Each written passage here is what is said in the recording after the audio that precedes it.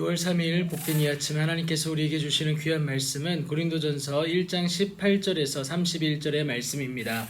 그리스도는 하나님의 능력입니다 라는 제목으로 같이 말씀 나누도록 하겠습니다.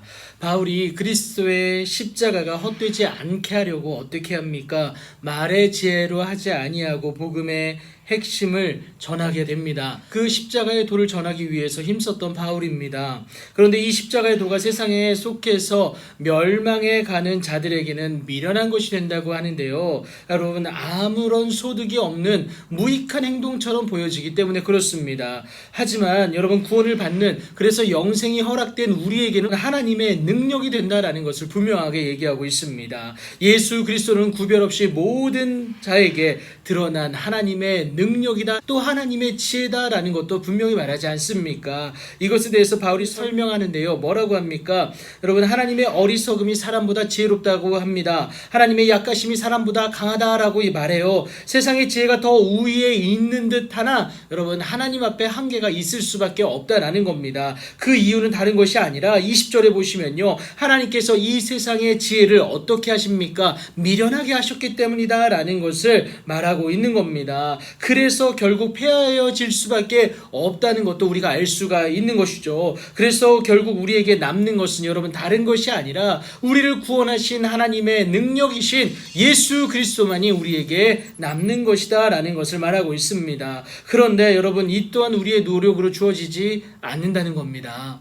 이 세상이 자기 지혜로 하나님을 알지 못하기 때문에 그래요. 하나님을 아는 믿음은 여러분, 하나님의 선물로 주어지게 됨을 여러분 꼭 기억하셔야 되는데, 그래서 하나님께서는요, 전도에 미련한 것으로 믿는 자들을 구원하시기를 기뻐하신다라고 말하는 겁니다. 다시 말해서 여러분, 믿음은 그리스도의 말씀을 들음에서 납니다. 여러분, 이 하나님에 대한 믿음을 사람들에 갖게 하기 위해서는 이 복음, 십자가의 도를 전하는 것이 너무나도 필요하다 라는 것을 다시 한번 강조하고 있는 것이나 다름이 없겠습니다. 이것이 여러분, 택함을 받은 주의 백성에 주신 제사장적 사명이다라는 것도 여러분, 출애굽기 19장 6절을 통해서 우리가 확인해 볼 수가 있겠습니다. 그러나 여러분, 세상은요, 끊임없이 표적을 구하고 또 지혜를 구합니다.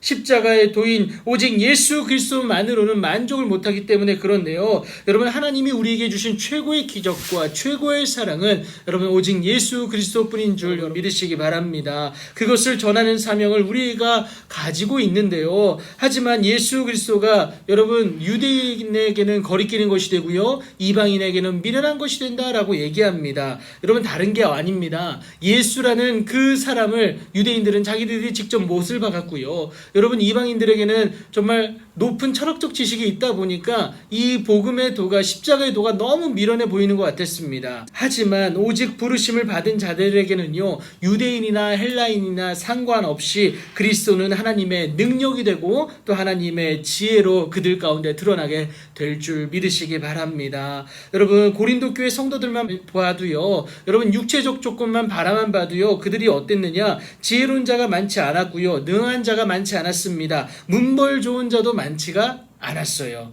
그러나 하나님께 이것은 여러분, 절대 중요한 것이 아닙니다.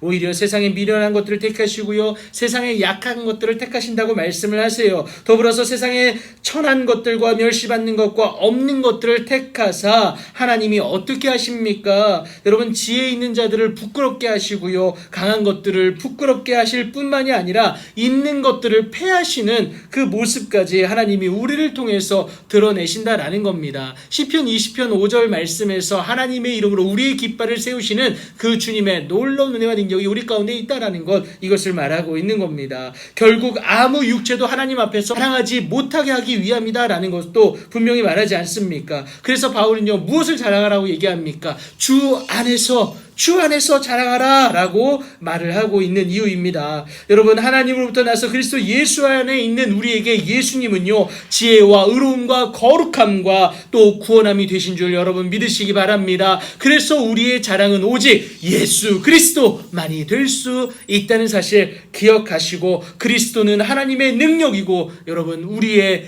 기쁨이 되신다라는 사실 기억하시고, 그 예수 그리스도를 소유함으로 말미암아 이 땅 가운데서 승리하는 귀하고 복된 오늘이 되길 예수님의 이름으로 축복합니다. 그리스도는 여러분의 능력입니다.